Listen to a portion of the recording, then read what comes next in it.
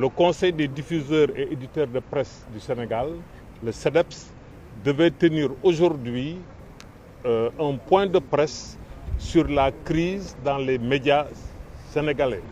Une crise qui ne fait qu'empirer depuis 300 jours que le nouveau régime est installé. Ça fait plus de 10 mois. Nous avons eu la grande surprise aujourd'hui, arrivé à la maison de la presse, de ne pas avoir accès à la salle de presse.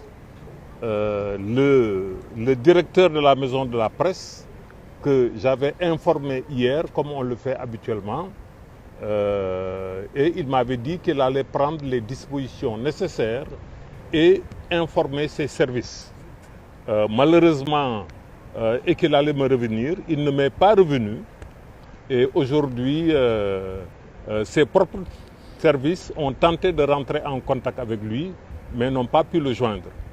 Le résultat final, c'est qu'on interdit la maison de la presse au patronat de la presse. En réalité, tout cela s'inscrit dans la politique définie et orchestrée par le nouveau régime du président Bassirou Diomaye Diakhar Faye.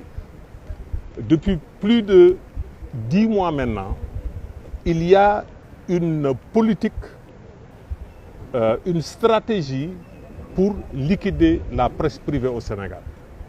Vous aviez suivi à l'époque, au niveau fiscal, le refus d'effacement fiscal octroyé aux entreprises de presse qui avaient subi de plein fouet la crise du Covid-19 et qui ne s'en sont toujours pas relevés. De la même manière, le nouveau régime a refusé les moratoires pour les entreprises de presse. Et s'en sont suivis des poursuites judiciaires qui ont abouti au blocage des comptes des entreprises de presse. Donc, au niveau fiscal, il y avait une politique bien orchestrée. De la même manière, au niveau économique, on veut tuer les entreprises de presse privées. À commencer par le fait que l'État du Sénégal doit beaucoup d'argent, plusieurs milliards de francs CFA aux entreprises de presse privées, et l'État du Sénégal, sous le régime du président Diomaye, refuse de payer ce qu'il doit aux entreprises de presse. Pire, le gouvernement a pris la décision d'annuler, de résilier de manière unilatérale les contrats de publicité. Il y a également le fait que même la subvention à la presse, qu'on appelle communément aide à la presse, n'a pas été distribuée pour l'année 2024. Donc c'est manifestement la volonté d'étouffer également d'un point de vue économique. Maintenant, il y a encore plus grave, c'est que le nouveau régime a décidé simplement de refuser la légalité aux entreprises de presse. Donc tous les médias au Sénégal, toutes les entreprises de presse qui ne seraient pas, entre guillemets, reconnues par le ministère de la Communication n'ont pas le droit d'exercer sur le territoire sénégalais. Donc, vous voyez bien que ce sont des actions qui sont très pensées pour liquider la presse privée au Sénégal. La semaine dernière, il y a eu un arrêté conjoint pris pour le paiement des redevances.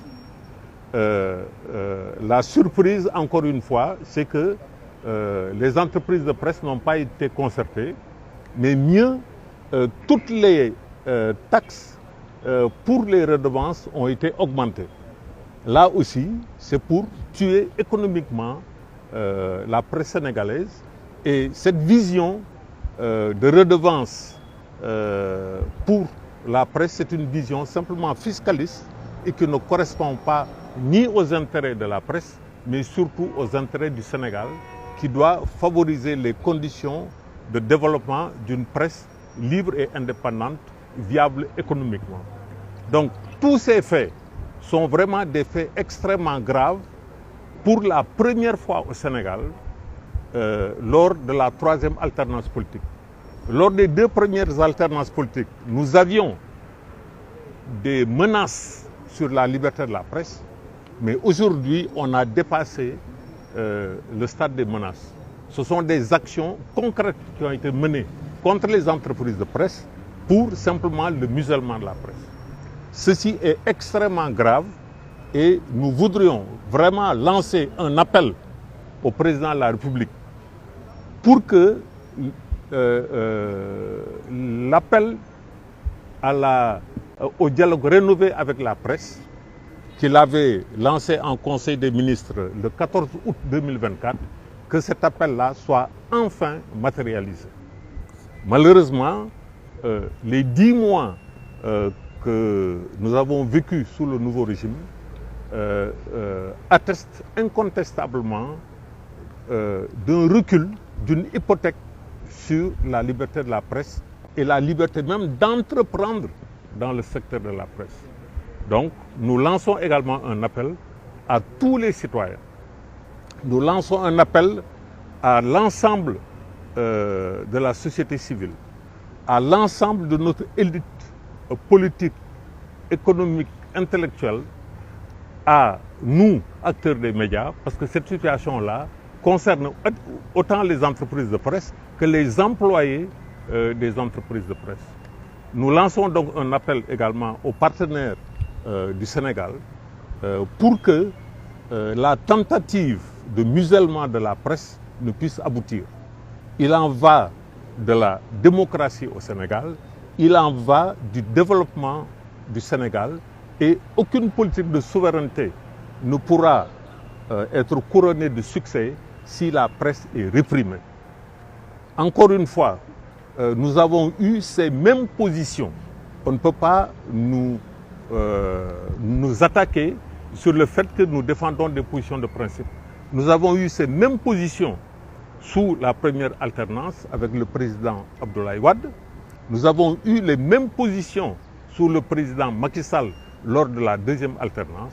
Aujourd'hui encore, nous sommes sur les mêmes positions pour que la liberté de la presse, consacrée par la Constitution du Sénégal, soit garantie au Sénégal et quel que soit le régime en place, que la liberté de la presse ne puisse être remise en cause.